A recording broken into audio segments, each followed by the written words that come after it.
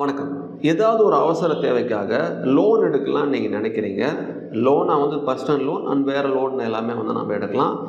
ஆனா அதுக்கு சிபில் ஸ்கோர் தேவைப்படும். அந்த ஸ்கோர் இருந்தா தான் நம்மளுக்கு லோன் கிடைக்கும். அண்ட் ரொம்ப முக்கியமா இன்ட்ரெஸ்ட் ரேட் ரொம்ப அதிகமா இருக்கும். இன்ட்ரெஸ்ட் ரேட் குறைவா சிபில் ஸ்கோர் தேவைப்படாத ஒரு லோன் மெத்தட் இருக்கு. அதை பத்தி தான் இந்த வீடியோல நம்ம பார்க்க போறோம். நம்ம சேனல்ல இருந்து ஃபினான்ஸ் சம்பந்தப்பட்ட எல்லா அப்டேட்ஸும் ஒரு சீரிஸா கொடுக்க போறோம். அதோட முதல் வீடியோ தான் இது. அந்த வீடியோக்குள்ள போலாம். நான் முன்ன சொன்னது போல சிபில் ஸ்கோர் அதிகம் தேவைப்படாத இன்ட்ரெஸ்ட் ரேட் குறைவா இருக்கிற லோன் நம்ம எல்ஐசி உடைய பாலிசியை அடமானம் வச்சு எடுத்துக்க முடியும்.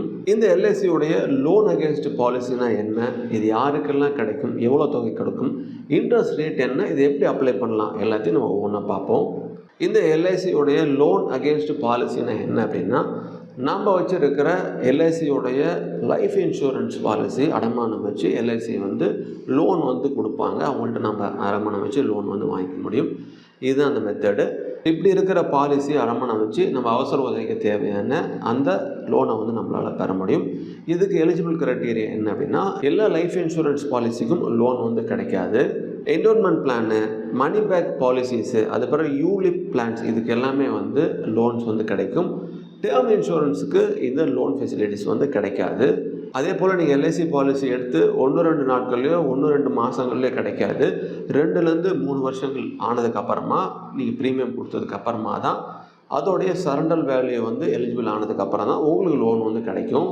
சரி, எவ்வளோ லோன் கிடைக்கும் அப்படின்னா, உங்களுடைய ஆக்டிவ் பிளான்ஸோடைய சரண்டர் வேல்யூவில் 70லேருந்து 90% வரைக்கும் லோன் கிடைக்க வாய்ப்புகள் இருக்குது. அடுத்து இன்ட்ரெஸ்ட் ரேட் ரொம்ப முக்கியமாக. இந்த 2025 எல்ஐசியோடைய இந்த லோனுக்குண்டான இன்ட்ரெஸ்ட்டாக 9லேருந்து 11% வரைக்கும் வாங்கியிருக்காங்க. இது மற்ற personal loan and credit card அந்த இன்ட்ரெஸ்ட்டை விட ரொம்ப குறைவானது தான்.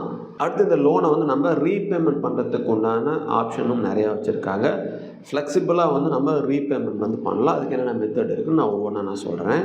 நம்ம இன்ட்ரெஸ்ட் மட்டுமே ரெகுலராக கட்டலாம். பிரின்சிபல் எப்போ வேணாலும் கட்டலாம். அந்த மாதிரி இருக்குது. இஎம்ஐயாகவும் நம்ம ரீபேமெண்ட் பண்ணலாம். ஒருவேளை லோனை ரீபேமெண்ட் பண்ணல அப்படின்னா பாலிசி மெச்சூர்ட் அமௌண்ட்லேருந்து அந்த loan plus interest amount debit ஆகிடும். ஸோ இதுதான் இதோடைய ப்ரொசீஜரு. சரி, இந்த லோனை நம்ம எப்படி அப்ளை பண்ணலாம் அப்படின்னா, ஆன்லைன்லேயும் மெத்தட் இருக்குது, ஆஃப்லைன்லேயும் இருக்குது.